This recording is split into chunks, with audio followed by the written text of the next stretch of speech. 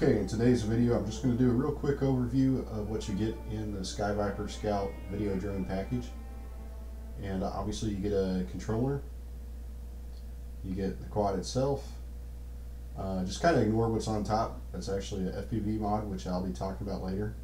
It has the camera in front, it has the optical flow camera on the tail end of it pointed directly downward.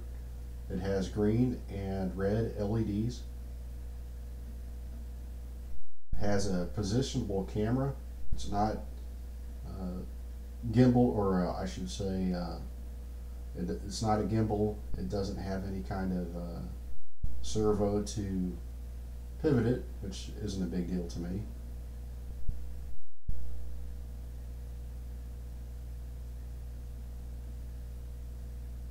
You get prop guards, you get extra props. You get a phone mount for your controller. You get a charging USB powered charging cable. A few extra screws, I guess, for attaching the props, maybe, I'm not sure. And the stock battery is actually a 650 milliamp hour battery, which has kind of been the standard battery size for the past few years for the stunt drone and the video drone. There's a new way to put the battery in. Now the battery goes in the top half of the canopy, and it has a little latch on the end to just kind of hold it in and keep it from falling out. And it's actually a pretty big bay, so this isn't like some type of deal where they make you get only SkyViper brand batteries or a battery that fits exactly to the proportions of the stock battery. But once you get it in there, you just plug it into the bottom, which is a little bit of a hassle. Once you get it plugged in, though, it's really tight, so you don't have to worry about it going anywhere. Now, this is the 1200 milliamp hour SkyViper battery, and just to let you know that it does fit, no problem, in here.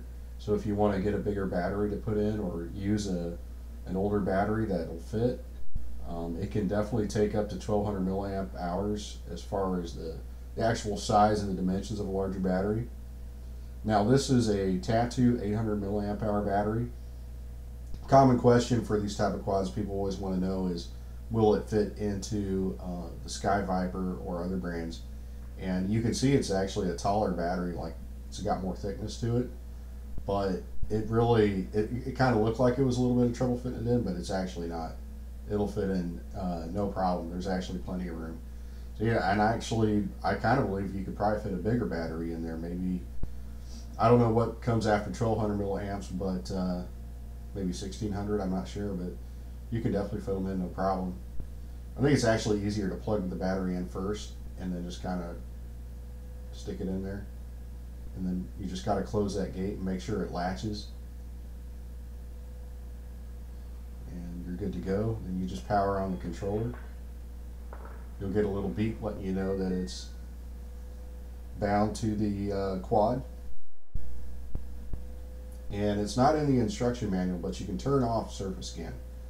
You do it by holding full right and pushing that button, and it'll flash to let you know. And then if you hold full left and push the button again, it turns it back on. So as long as the normal or sport mode button is solid, optical flow is on.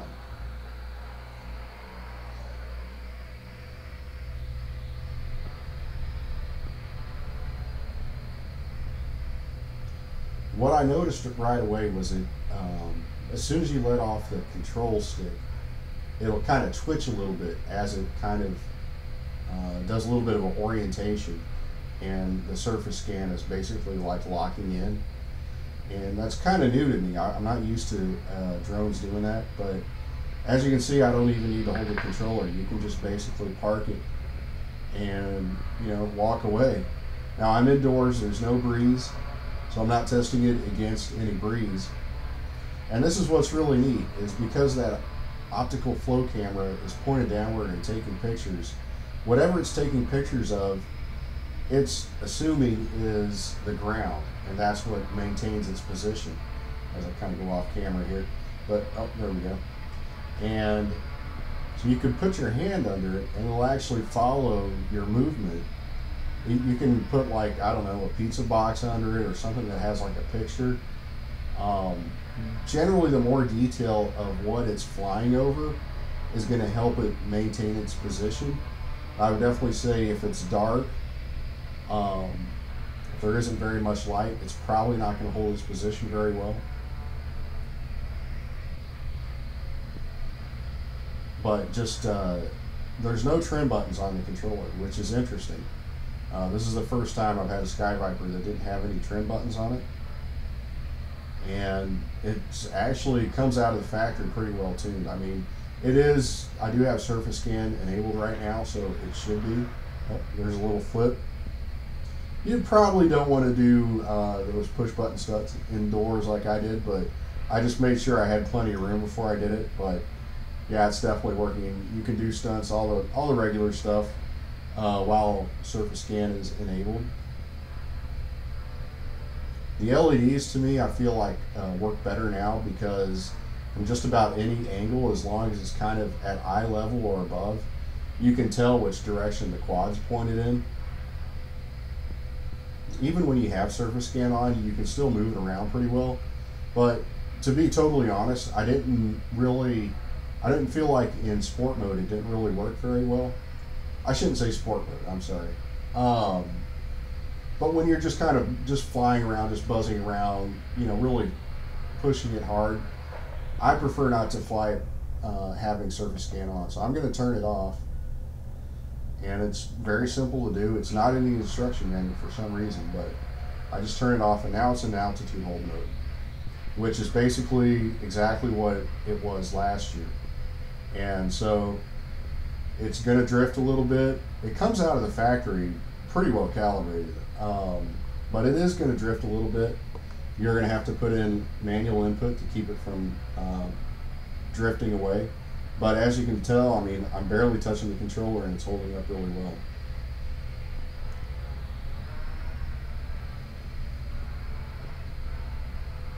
There's no speed control on this. You just have normal and sport. And actually, I have sport mode to have acro enabled, which I can demonstrate in another video if there's enough interest and people want to watch more about what this quad can do. There's a new app for the Sky Viper journey. It's called, I think it's Sky Viper 2.0, and it covers the journey and the scout, and it's actually much better. It has a really good interface on it. But I'm just going to show you how I modded on an FPV camera, which is really easy to do. I don't know if that's really like what these kind of toy grade quads are designed for, but it's really not a problem. I just put like a bent piece of cardboard on top, and I mount the camera to it to where it has like a upward pitch angle, and then I just take a little tiny loop battery and I velcro it to the top of the quad right behind the camera, and all you got to do is hook up the camera to the battery and you've got a FPV video signal. No lag, or at least no discernible lag compared to Wi-Fi especially. And then I definitely would recommend to anybody, if you're actually interested in getting into FPV and using goggles, these are the Eachine EB800D goggles. And I'll put a link to them under my video in the description. I did a glasses mod because I'm farsighted, and it actually has a little port where you can put an SD card in and record while you're flying, which comes in pretty handy. But on this drone it's not necessary, because you can record video and actually higher resolution off of the cameras, or the drone's camera. And here again, I put the controller down and I walked away, and it's still just basically locked in. I think it went up maybe a couple feet, but I mean, I feel comfortable enough to just walk away from it and not let it drift into a wall. I've flown these quads enough to know that if you let them hit a wall, bad stuff happens. You know, it can cause motors to break. it's just not good. And I trust the surface scan enough to just be able to walk away and just do whatever while it just sits there in midair. So I'm going to put it back into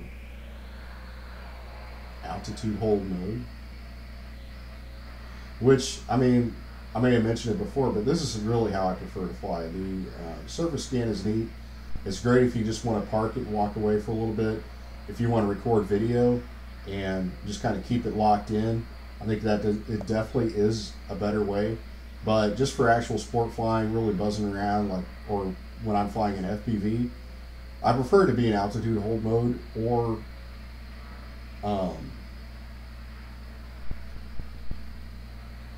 acro mode.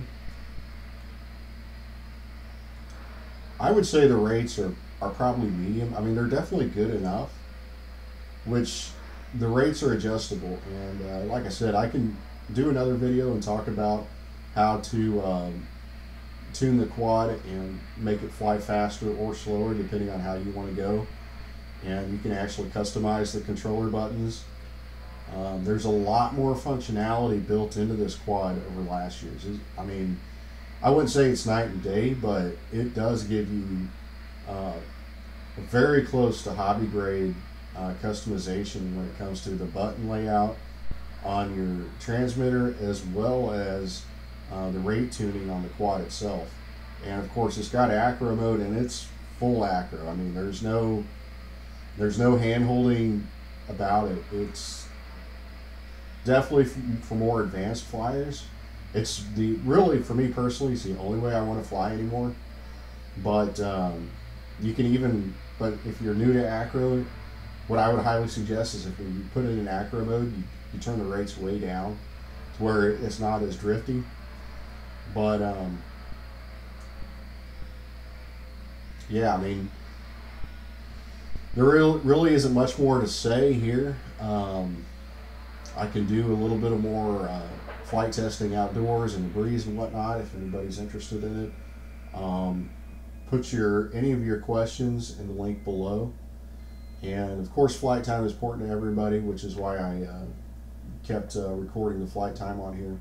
So that's about what you get off the stock 650 milliamp hour battery.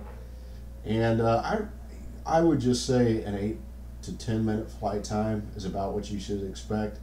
You know, the 1200 milliamp hour I haven't tested yet. I imagine it'll be around a 10-minute flight time, maybe 11 minute. But like I said, there's plenty of room to put a bigger battery in there if you want. But that's all I got for today. Thanks for watching.